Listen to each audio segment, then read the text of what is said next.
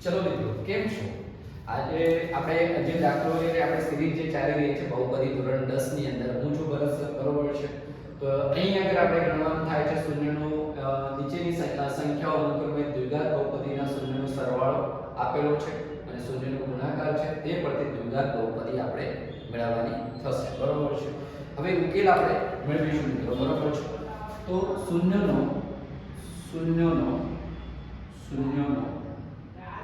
સરવાળો બરોબર છે. તો -b ભાગ્યા 1 સરવાળો આપણને શું આપેલો છે? 0 આપેલો છે. શું આપેલો છે? 0 આપેલો છે. કોઈ પણ આપણે સંખ્યા ના આપેલી હોય તો આપણે નોર્મલી આપણે 1 મૂકીએ છીએ. શું મૂકીએ છીએ? 1 મૂકીએ છીએ. હવે અગાઉ આપણે દરેક દાખલાની અંદર કરતા હોઈએ છીએ, બરોબર છે. તમારે મારી જેમ પણ તમે પણ એકદમ ઝડપથી અને શું કે નીટલી દાખલા ક્લિયરલી કરતા રહી, પણ એના માટે તમારે પહેલો જે છે, બરોબર છે, જે ઇન્ટ્રોડક્શન વિડિયો જોવું પડશે અને સાથે સાથે 2 થી 3 દાખલા તમારે ધ્યાનથી જોવા પડશે, પછી બીજા દાખલા પણ તમને ઝડપથી આવડશે, બરોબર છે. હવે 1 અને 0 નો સ્થાનાંતર આપણે કરીએ, બરોબર છે. b ભાગ્યા 0 બરાબર a ભાગ્યા 1, બરોબર છે. તો આના બરાબર હવે આપણે શું ધારીએ છીએ? તો k મૂકીએ છીએ. શું મૂકીએ છીએ? k મૂકીએ છીએ, બરોબર છે. હવે જો આપણે આના બરાબર જે છે જે આના બરાબર આ બંનેના બરાબર k મૂકતા હોઈએ તો આપણે જે પ્રમાણે કરીએ છીએ એ પ્રમાણે b ભાગ્યા 0 બરાબર k અને આપણે શું લખી શકીએ? a ભાગ્યા 1 બરાબર k, આવું કંઈ લખી શકીએ, બરોબર છે. તો આપણે b ને સૂત્રનો કર્તા બનાવીએ, બરોબર છે. તો અહીં આગળ આપણને શું મળે? અહીં આગળ k, તો અહીં આગળ ટોટલ પદ આપણો 0 થઈ જાય, બરોબર છે. 0 થઈ જાય, બરોબર છે. તો k બાય 0 અહીં આગળ આવી રીતના કરીએ તો આપણને જે છે, બરોબર છે, તો આ 0 થઈ જાય, બરોબર છે.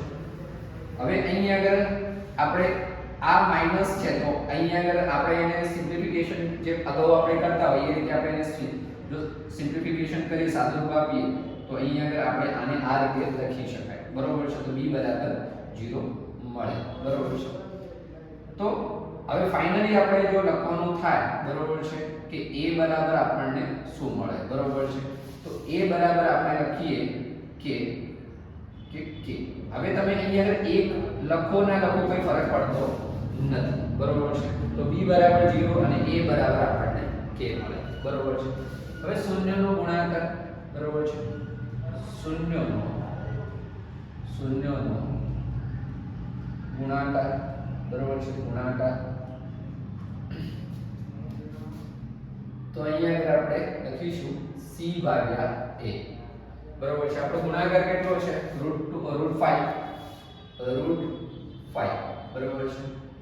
હવે કોઈ પણ સંખ્યા આપણી જોડે છેદમાં ના હોય તો આપણે a બરાબર આપણે શું લખીશું?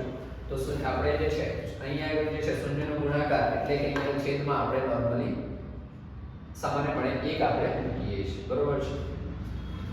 હવે અહીંયા આગળ શું કરીએ છીએ? ચોકડી ગુણાકાર એટલે કે ક્રોસ ગુણાકાર કરીએ છીએ. શું કરીએ છીએ? ક્રોસ ગુણાકાર કરીએ છીએ.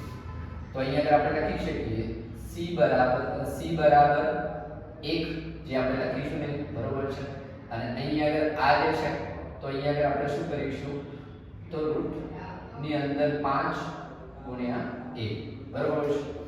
હવે c બરાબર રૂટ ની અંદર 5 અને a બરાબર આપણે શું લઈશું? a બરાબર આપણને k લઈશું. શું લઈશું? k લઈશું. કારણ કે a બરાબર આપણને શું મળે છે? k. a બરાબર આપણને શું મળે છે? k, બરોબર છે. હવે આના પરથી આપણે શૂન્યનો આપણે શું મેળવ્યો? સરવાળો મેળવ્યો, શૂન્યનો ગુણાકાર મેળવ્યો. તો દ્વિઘાત બહુપદી મેળવવા માટે દ્વિઘાત બહુપદી મેળવવા, બરોબર છે. તો દ્વિઘાત બહુપદી મેળવવા માટે આપણે શું કરીએ છીએ? આપણને ખબર છે px ax2, બરોબર છે, જે આપણે જાણીએ છીએ bx c, બરોબર છે.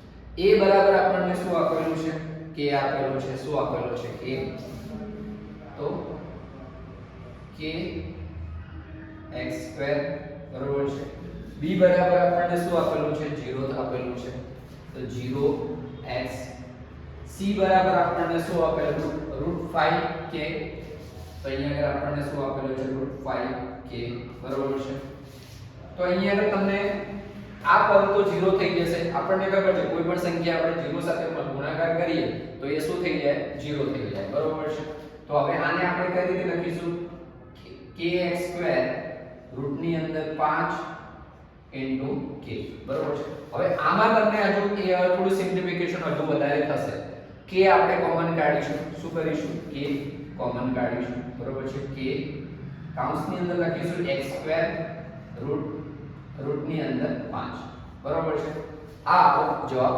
આવી ગયો બરાબર છે આ આપણો જવાબ છે બરાબર છે ને મજાનું બરાબર છે તો આના પછીના વિડિયોમાં આના પછીનો દાખલો આપણે જોઈશું બરાબર છે મળીએ બાળ મિત્રો આવજો